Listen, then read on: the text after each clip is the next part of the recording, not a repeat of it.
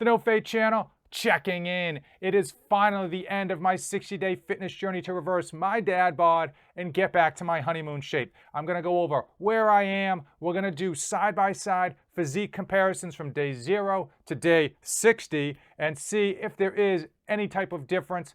And of course, we're going to talk about the future, where I'm going to be going with respect to my physique and my fitness goals in general. Stay tuned.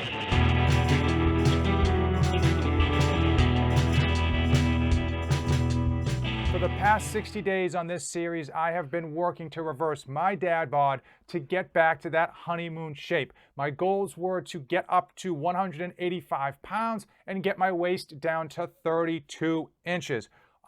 So it is finally day 60. Where am I?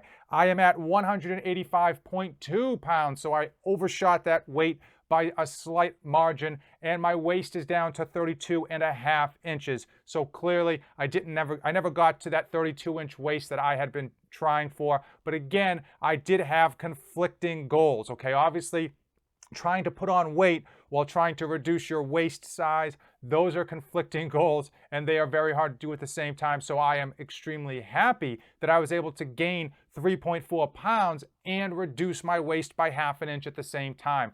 Let's throw up that side-by-side comparison from day 0 to today, day 60. Now, I only gained 3.4 pounds and my waist only went down ½ inch, but I think you will be surprised at the differential, the noticeable differential between day 60 and today. Many people, when they try to do a bulk, they're trying to gain 10 pounds, 15 pounds, 20 pounds. A lot of these young guys get sold the marketing shtick from supplement companies that they have to put on so much weight, and they don't realize that when you put on too much weight too quickly, it gets stored as fat. You don't look nearly as good because you can't flex fat.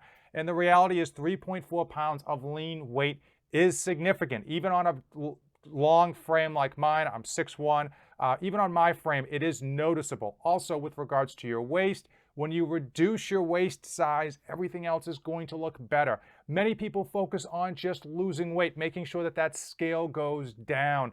And the reality is, if you lose weight incorrectly, you're going to look skinny fat. You're going to look like you just have a lot of extra skin. And I would argue that it's much better to focus on losing size on your waist. If you're trying to lean out, if you're trying to just look better overall, focus on getting that waist slimmer, flatter, smaller, and because that's going to make everything else just look downright better.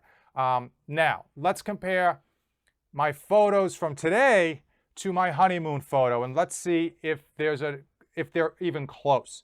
I honestly think that I'm not anywhere close to where I was back on my honeymoon, and frankly, that's realistic, okay? You don't necessarily get 10 years down the road and expect to have a better looking body, unless you were really, really out of shape 10 years ago, okay? So obviously I was in pretty decent shape on my honeymoon, and I'm in decent shape now, but not nearly as good. Now, what am I gonna go from here? Where am I gonna go now that I am at 185.2 and my waist is 32.5 pounds? Well, I am gonna try to get down to 185, okay? So I wanted to get to 185. Knowing my body very well, I know that when I gain too much weight, if I try to hit 188, or even 190, my body is just gonna bloat up. All that weight is gonna go on my waist, and it's not gonna make me look better or even look bigger, okay? So ironically, more weight doesn't necessarily make you look bigger if you're just storing it as fat and you look a little doughy, you look a little bloated. So I am gonna cut out carbs, or just a few carbs, just about 200 calories worth of carbs per day.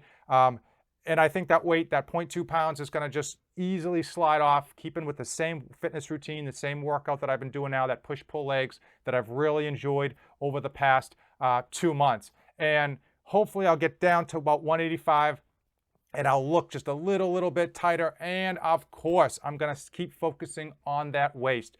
My goals right now is, again, to get to that 185, but to double down on getting that waist slimmer and smaller. I'm going to try to kind of basically just try to shave off another 1/4 inch. I'm not going to shoot for 32 inches on my waist. I'm going to shoot for 32.25 inches. A 1/4 inch may not seem like a lot to try to target in terms of getting that off my waist, but when your waist is small to begin with, that 1/4 inch is going to be noticeable. And again, trying to target those big long distance goals is good, but oftentimes it can be frustrating when you don't hit those goals. I happen to think it's a lot better to set yourself up for success, set yourself up for small incremental goals, and then once you hit those goals, reevaluate like we're doing today, day 60, and go from there. So going forward, we're going to cut off 200 calories worth of carbs from my diet, and boom, we're going to try to focus, double down, triple down on those flattening exercises for our abs. We're not going to shoot for six-pack abs. As you remember in a previous video, we don't try to shoot for six-pack abs. We're going to try to shoot for a flat, smaller, tighter waist, and it's going to make everything else look bigger and better. I want to know in the comments below which of my videos from this 60-day fitness journey to reverse my dad bod was the most helpful to you. Drop it in the comments below. Hopefully you found a few of them informative, and hopefully they encouraged you to set your own fitness goals and get out there and try to reverse your dad bod, or at the very least, just meet your own personal goals. Hey, if you came this far in the video, you know what to do. Give it a like, hit that subscribe button. As usual, thanks for watching, and don't save anything for the trip back. I am dedicated to helping you dads be great parents to your children and still accomplish your own personal goals.